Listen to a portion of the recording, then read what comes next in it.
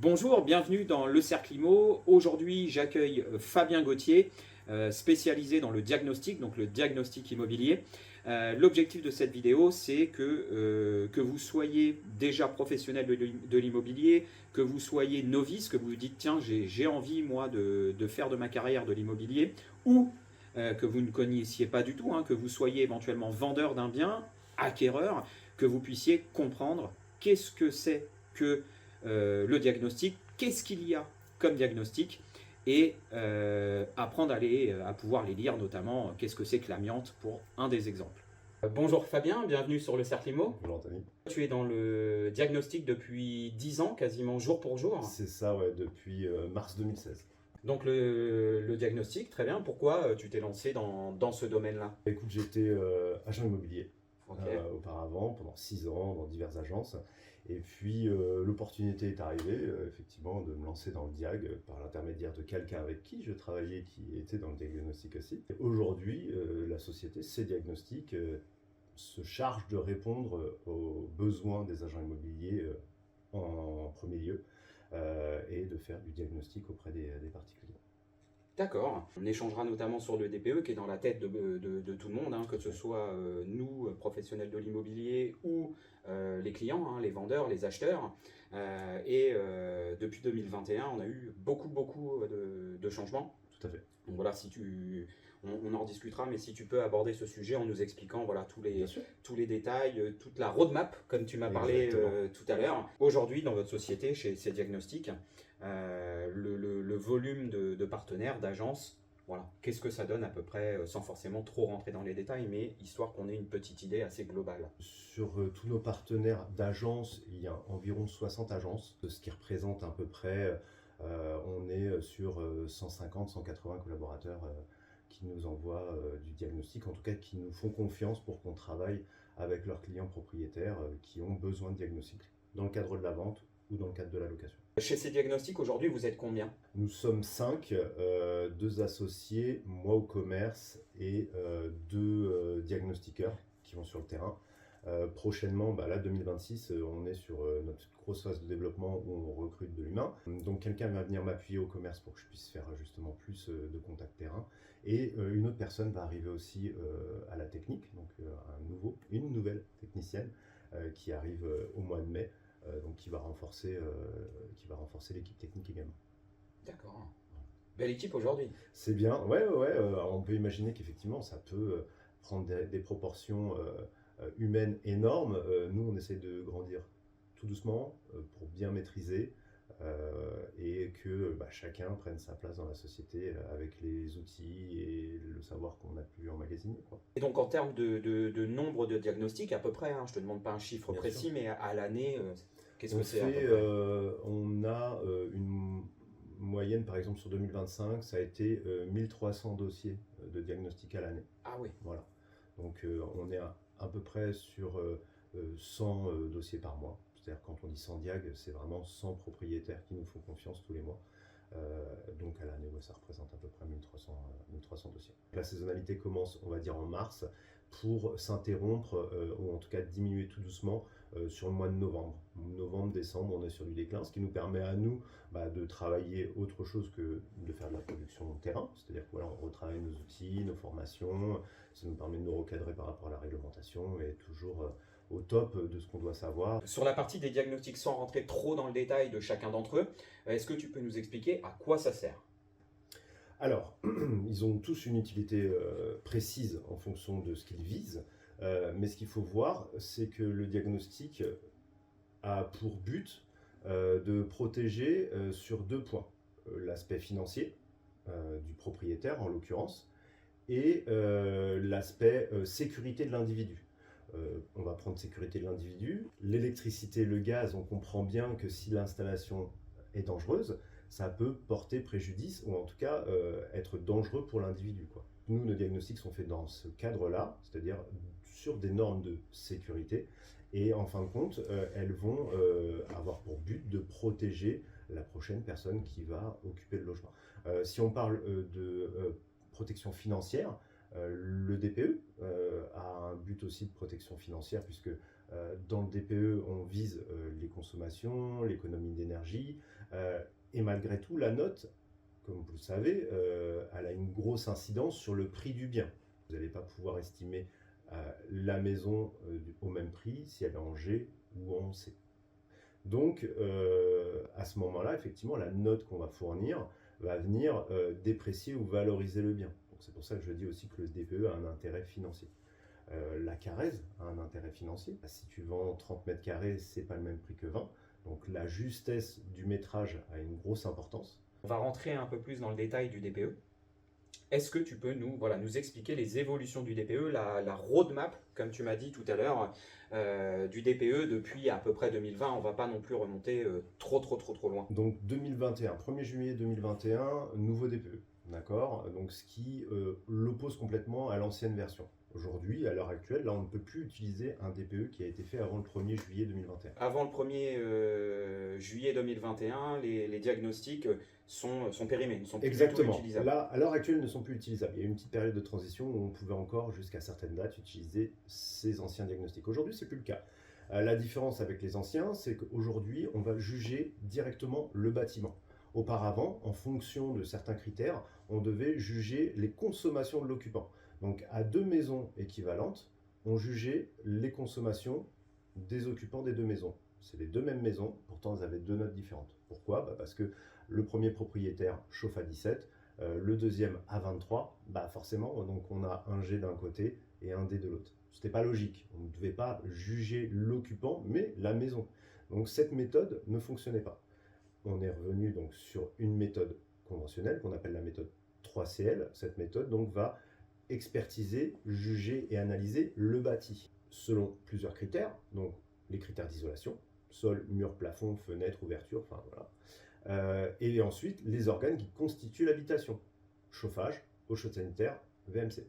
C'est ça qui va déterminer la note. Très bien, donc si on peut pousser un peu plus loin sur le DPE, qu'est-ce qui a changé? Puisque là, notamment depuis le mois de janvier 2026, on a eu une évolution sur les chauffages électriques. C'est ça. En fait, l'État a essayé de réadapter, d'actualiser ou d'améliorer la méthode. Parce que pour moi, et je pense pour pas mal de diagnostiqueurs, et c'est comme ça qu'il faut voir les choses, ce DPE, il est fiable. Il est vraiment fiable parce qu'il juge la réalité. Il ne juge pas des aspects variables comme la consommation des occupants. Il juge la réalité. Donc, sauf que quand il est sorti, la méthode était peut-être trop rigide. Donc, ils ont effectivement fait en sorte, pas de l'assouplir, mais de l'adapter par rapport à la réalité. Parce que ça reste qu'un calcul. Et effectivement, les mathématiques confrontées à la vie, parfois, on peut avoir des variations. Donc, il y a eu plusieurs périodes d'aménagement de la réglementation. Les plus gros qu'on va citer, déjà, ils ont créé un barème adapté aux surfaces de moins de 40 mètres carrés. Ce qui a permis qu'en fin de compte, les petits logements aient un barème vraiment adapté et particulier. C'est-à-dire de 9 mètres carrés, puisqu'on n'a pas le droit de vendre en dessous de 9 mètres carrés, ni de louer d'ailleurs, de 9 mètres carrés à 40 mètres carrés, le barème en fait est dégressif. Pour que ce soit plus facile, entre guillemets, d'avoir une note correcte quand on loue un petit logement. Ok. D'accord, donc en fait, les petites surfaces étaient défavorisées par rapport aux grandes surfaces. Complètement, puisque la surface est la surface du bien est un élément du calcul du DPE. Et on se rendait compte qu'une très grande surface pouvait être beaucoup mieux notée qu'une très petite. À isolation comparable, ventilation à peu près comparable, on va dire. Il faut comprendre aussi que le volume chauffé est normalement plus petit dans un petit logement. Donc voilà, donc ils ont réadapté les choses et aujourd'hui, effectivement, il y a quand même beaucoup plus de locations qui peuvent être faites sur des moins de 40 mètres carrés. Donc ils ont adapté le système déjà à ça. Et puis ensuite, si on veut arriver directement à 2026, donc 2026, effectivement, ils ont assoupli le système de calcul sur le chauffage électrique, sans rentrer dans les détails des coefficients qui ont changé. Mais aujourd'hui, effectivement, on a pu voir certains DPE en chauffage électrique grimper d'une note, clairement. Voilà. Ça a permis à certains, par exemple, d'éviter un audit énergétique ou à d'autres de pouvoir louer. Du coup. Donc ça a été très bénéfique. Et donc, par rapport à cette évolution sur la partie chauffage électrique uniquement, est-ce que ce serait pas aussi un petit peu politique de se dire on va peut-être favoriser un peu le chauffage électrique, peut-être au détriment du gaz, parce qu'aujourd'hui beaucoup de gens se chauffent au gaz, encore un peu de fuel, ce qui est un peu plus rare maintenant le fuel, mais on utilise beaucoup le gaz ou l'électricité. Est-ce que les diagnostics seraient pas orientés un peu là-dessus? À le dire, c'est compliqué, j'ai pas de certitude là-dessus. Il n'y a que le législateur qui pourra te dire oui, oui, oui, on essaye de vous guider vers l'électricité. Même si, voilà, au vu des décisions politiques, on peut estimer qu'effectivement, aujourd'hui, on favorise clairement le nucléaire plutôt que le gaz. Donc, on peut l'imaginer. Après, le dire de façon Après, c'est certaine. peut-être aussi dans les objectifs de décarbonation de la France aussi, ça. Je pense que ça a un Ouais, lien, parce que complètement. quand De toute on façon, brûle tout du est lié. gaz, Tout est on lié. émet du CO2, on émet, je suppose, Tout ça, c'est né de la loi climat, donc il ne faut pas l'oublier. Donc si on relie effectivement tout le contenu de la loi climat, on peut comprendre les choix qui sont faits et les orientations qui sont faites pour le DPE en tout cas, tout le temps. Donc merci pour la partie développement Mmh. sur le DPE. Voilà, je voulais qu'on aille quand même un peu dans le détail, puisque c'est vraiment, comme je le disais tout à l'heure, le point le plus important, je pense, des diagnostics aujourd'hui, surtout sur lequel sur les gens font le plus attention. Il y en a un autre également. Bon, quand on a l'œil un petit peu avisé, on s'en rend compte quand on visite un bien, mais si c'est pas le cas, parfois heureusement qu'il est là. C'est notamment le diagnostic amiante. Oui. On a le plomb aussi qui est Tout à fait. un petit peu dans le même domaine, Complètement. dans la protection des personnes. Oui. Est-ce que tu peux nous expliquer qu'est-ce que c'est que ces deux diagnostics-là? Alors, diagnostic amiante, pour expliquer comment ça se fait, un technicien arrive dans une maison, il doit faire un descriptif de tous les matériaux présents dans chaque pièce de la maison, sol, mur, plafond, décrire les matériaux, dire ce que c'est, et dans le cas où il y aurait un matériau amianté, il doit l'identifier et le faire ressortir dans son rapport, d'accord? Ce qu'il faut savoir, c'est que par exemple, je dis une maison, mais c'est la maison et son terrain. C'est-à-dire que nous, on appelle ça un périmètre de repérage. Périmètre de repérage, c'est l'endroit complet et total où le technicien devra faire ses recherches et ses investigations. Je te prends l'extrême, tu vends un château, je te le souhaite, avec 130 hectares de terrain, et ben, le diagnostiqueur, il va devoir visiter tout le périmètre de repérage. Je voulais rebondir sur certains de tes propos. Tu as parlé, par exemple, je vais utiliser cet exemple-là, du très grand terrain, une maison à la vente. Le diagnostiqueur, on a fait appel à Monsieur Dupont Diagnostic, j'en sais rien, je donne ça comme exemple. Et lui, il n'a pas fait le tour de tout le terrain, sauf que le terrain est très grand. Et il n'a pas vu que, je ne sais pas, au fond du terrain, le vendeur, il avait stocké des plaques de fibro-amianté, comme on appelle ça, les espèces de tôles ondulées, les vieilles tôles, voilà, qu'on trouve encore beaucoup sur des cabanons, des garages. Ça, il ne l'a pas vu. Donc, sur le diagnostic amiante, c'est écrit, ça n'apparaît pas. Il n'y en a pas. Ouais. Et moi, vendeur, j'ai vendu ma maison. Tout à fait. Et là, l'acquéreur, lui, il fait le tour du domaine et il se rend compte de ça, il en parle à un copain, le copain il dit c'est de l'amiante, fais attention.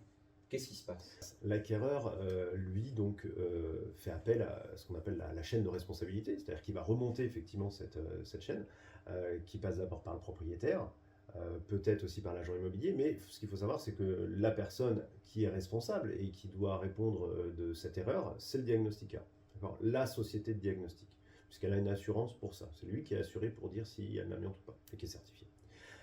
Donc, comment ça peut se passer? Il y a la voie très simple, un recours amiable, on se met d'accord. L'acquéreur, qui est le nouveau propriétaire, dit voilà, moi j'ai acheté sans amiante, je ne veux pas d'amiante sur mon terrain. Donc ça veut dire qu'il va falloir retirer l'amiante. Ça a un coût exorbitant, déjà. Ça peut se chiffrer en plusieurs dizaines de milliers d'euros, parfois, en fonction de la quantité, en fonction de la surface qui est à retirer. Donc le recours, c'est ça. Voilà.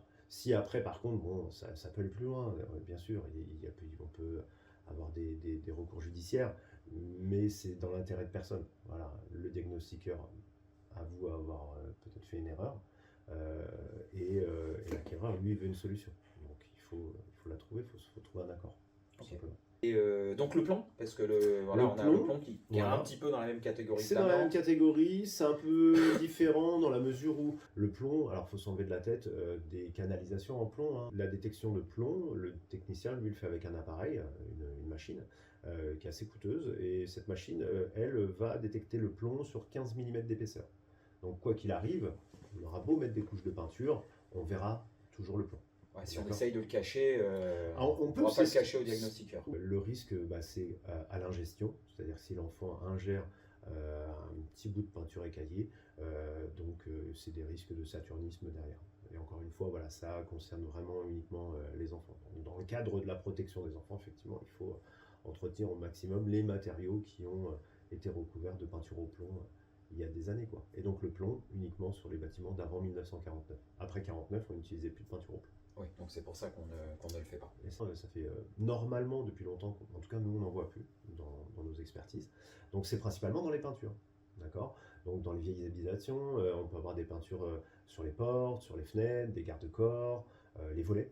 C'est en gros les endroits où on le trouve le plus souvent. On a parlé du DPE, on a parlé de l'amiante, du plomb. Est-ce que tu peux nous dire, voilà, assez globalement, les caractéristiques du diagnostic électrique et gaz? Ok. Diagnostic électricité, notamment d'abord. Électricité, donc c'est toujours dans le cadre, comme le gaz d'ailleurs, de protéger l'occupant, les individus, donc contre divers risques, hein, ça peut être l'incendie, l'électrocution. Donc le technicien qui vient sur site, enfin qui vient dans un logement pour effectuer son contrôle, son expertise, va devoir contrôler divers points, les prises de courant, le tableau électrique notamment, et puis les luminaires, s'assurer qu'il n'y ait pas de fil conducteur non protégé. Voilà, des choses somme toute assez simples à identifier. Toutefois, il y a des tests de valeur, par exemple de terre, savoir si effectivement la terre fait bien son boulot, s'il y en a une. Et après, effectivement, comment dire, faire ressortir des anomalies et mettre le doigt sur les choses qui vont devoir être corrigées dans l'avenir pour mettre en sécurité les occupants. D'accord ? Donc, c'est jamais en tout cas des travaux qui sont très onéreux puisque c'est vraiment des points assez isolés et en fin de compte, il n'y a pas toute une installation à refaire. Mis à part si on est vraiment sur un truc d'extrêmement pourri, où là effectivement il va falloir tout repenser.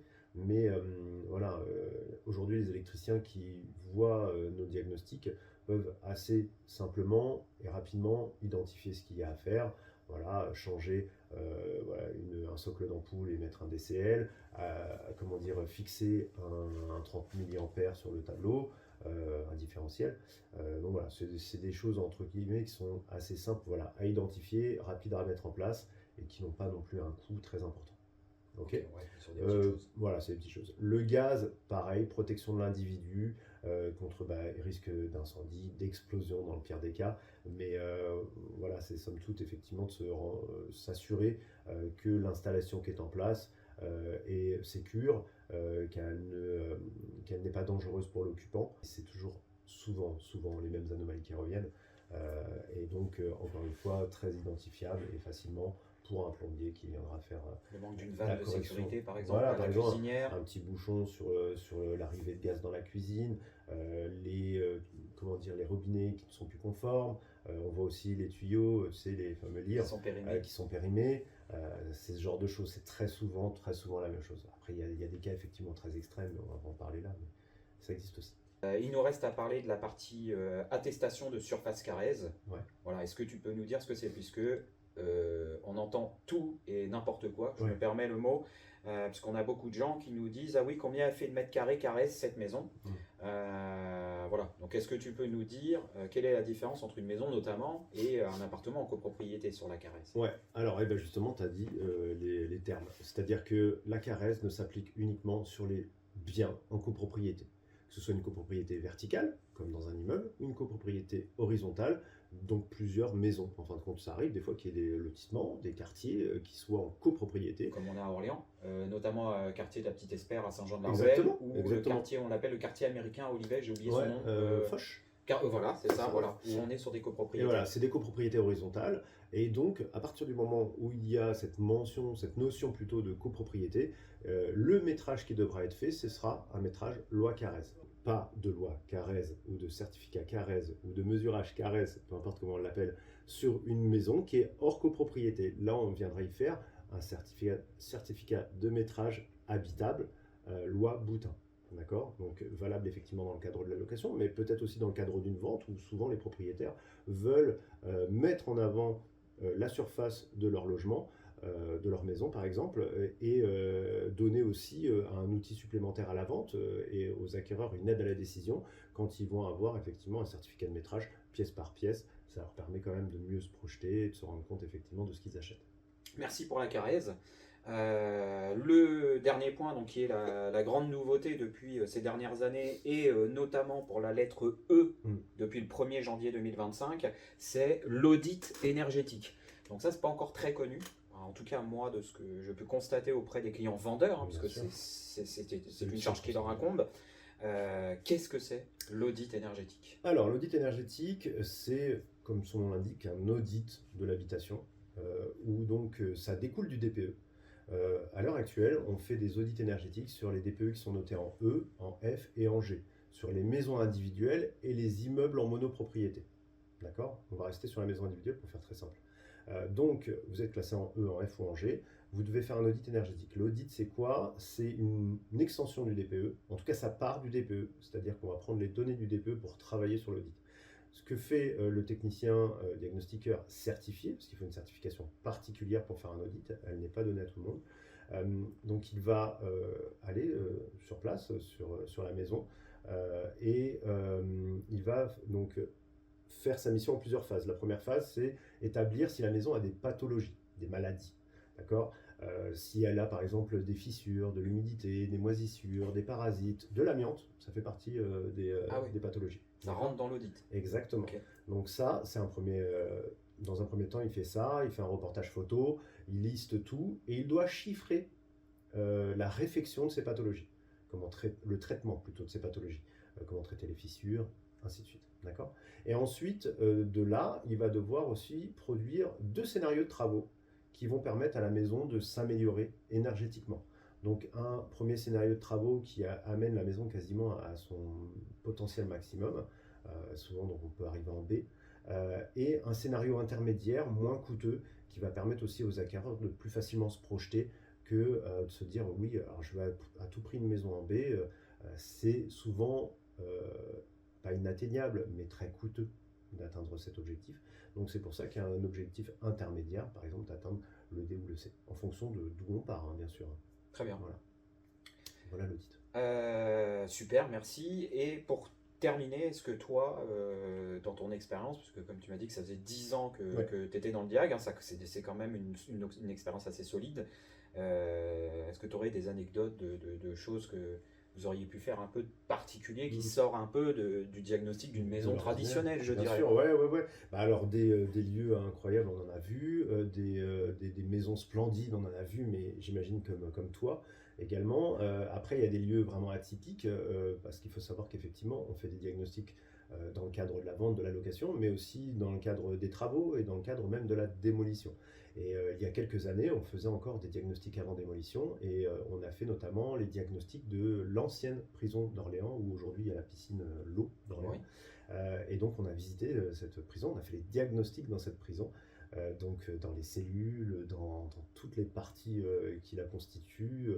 Donc on a tout visité, franchement c'était incroyable parce que c'est pas un endroit où je pensais me retrouver un jour.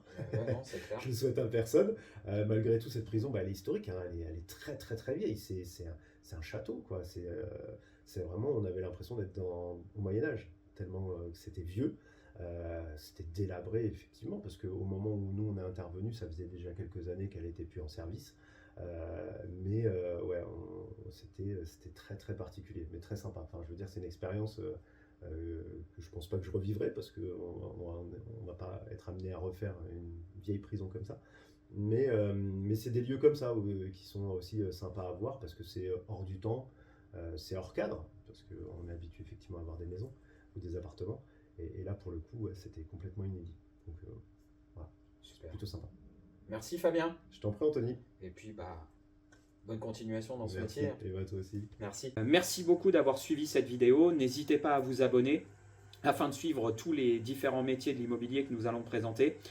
Prochainement, je recevrai Sylvain Rose de la société JSR Solutions, entreprise du bâtiment, et par la suite, nous recevrons tout un tas d'autres personnes, hein, que ça aille du courtier par exemple, au notaire notamment. Voilà, on en verra plein d'autres, mais je ne vous en dis pas plus pour le moment. Merci beaucoup, au revoir.